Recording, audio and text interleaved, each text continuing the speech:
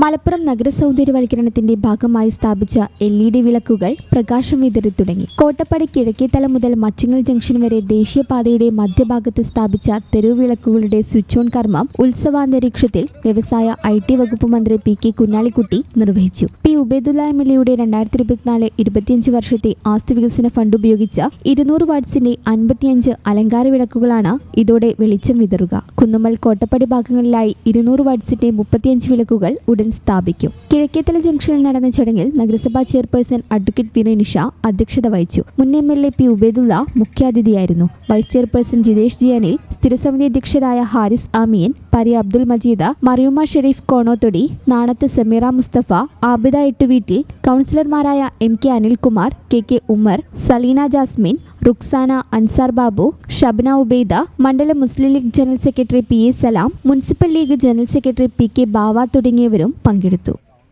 ഈ channel news Malappuram.